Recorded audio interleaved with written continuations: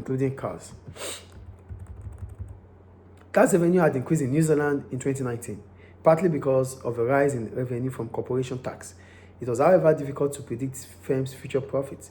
This was because of uncertainty about what would happen to its GDP and its corporation tax rates. Question 1A. Calculate Bhutan's GDP in 2018. GDP is population multiplied by GDP per head. The population is 0.8 million. Then you multiply it with GDP per head, which is 3,250. It gives us $2,600,000. I think that is clear. Yes. Question B. Identify two indicators that are in both the World Happiness Index, WHI, and the HDI.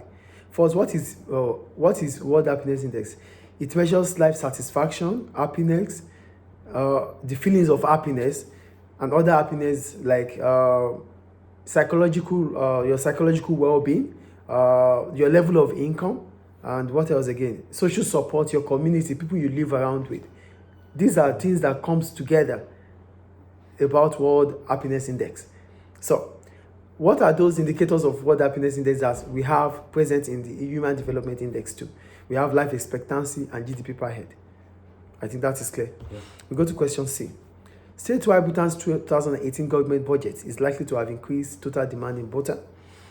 Yeah, first there was a budget deficit of $70 million, which means government spending is more than government expenditure. Government spending is more than government revenue. So this would mean that demand would have increased in that economy. Maybe because there's expansionary fiscal policy. Maybe because income tax, they're cutting income tax. If they cut income taxes, The budget will be less and demand will increase. yeah, if government is cutting income tax, that means government will be spending more. So it's going to, basically we're talking here. I'm not talking about I'm talking about fiscal policy, which is also what you're talking about, either cutting income tax or spending more. So if government is cutting income tax, it means that government is spending more too. So that's expansionary fiscal policy. Either you increase spending or you cut taxes to increase spending. Do you get my point here or not? Expansionary fiscal policy. Fiscal policy is the use of taxation and subsidy to influence the economy, right? So we have expansionary fiscal policy and we have contractionary fiscal policy. For expansionary fiscal policy, it allows demand to increase. So how will demand increase in the economy? By increasing spending or reducing or cutting income tax. Is it clear now? Yes. Okay. So we go to question D. Explain two reasons. Yeah, it's okay. Explain two reasons. I'm seeing it there. It said explain two reasons why someone may prefer to work in the tertiary sector rather than in the primary sector. Yeah, so people might prefer to work in the tertiary sector rather than the primary sector based on the following reason. One, the working conditions in the tertiary sector. In the tertiary sector, it's office settings. It's an office settings. So people might feel like, they get more satisfaction, job satisfaction, work with a very conducive environment than working under the sun or under the rain. That's the first point. The second point is about better payment. The tertiary sector or the primary sector is characterized with low payment. Yes. While the tertiary sector is the service sector, there's high pay in the tertiary sector. So people might choose to work in the tertiary sector so that they can be able to, increase their spending and their living style. Is it clear? Yes. All right. So that because of better payments, that's what I mean. Clear, right? Yes. Go to 1A. Analyze how investment in capital goods and education can increase New Zealand's productivity. So for investment in capital goods, that means we're talking about increasing our output. So here I got output might increase. So if output increases, it enables workers to use more equipment. You see, if there's investment in capital goods, it means more equipments are coming into the economy. Yes or no? Yes. So that gives workers more opportunity to use equipment. Yes. Using equipment will increase output per worker. Yes. Do you get the point? The second point I make is higher investment in education. Higher investment in education can enable more children to be educated, which improves the skills of the workforce. As the skills of the workforce increases, they have more knowledge, and they have more knowledge in using advanced technology. which is the second point. And that's all about that, because he said 2 points, right? Yes, go to question 3. See, question F. Analyze the relationship between GDP per head and net migration. Please note, when we talk about net migration, we're talking about net immigration or positive migration. And when we talk about net emigration, that is a negative immigration. That means more people are leaving your country than coming in. That is net emigration.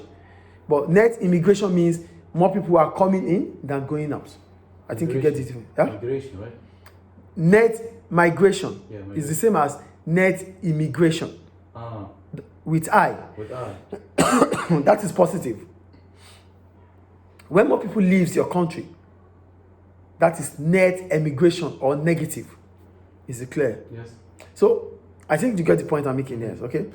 So the relationship between GDP per head and net migration is this.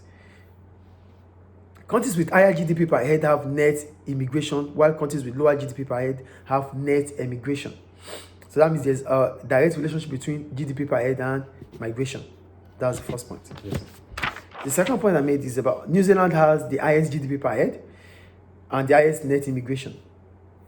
So the third point I wrote is about the two countries, Mozambique and Kenya. They have the lowest GDP per head and they have the lowest net immigration. I think it's clear. Yes. Or net immigration. Go to question 1G.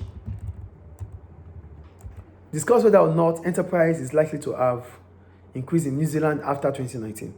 After 2019, the government of New Zealand is investing more on capital goods, right?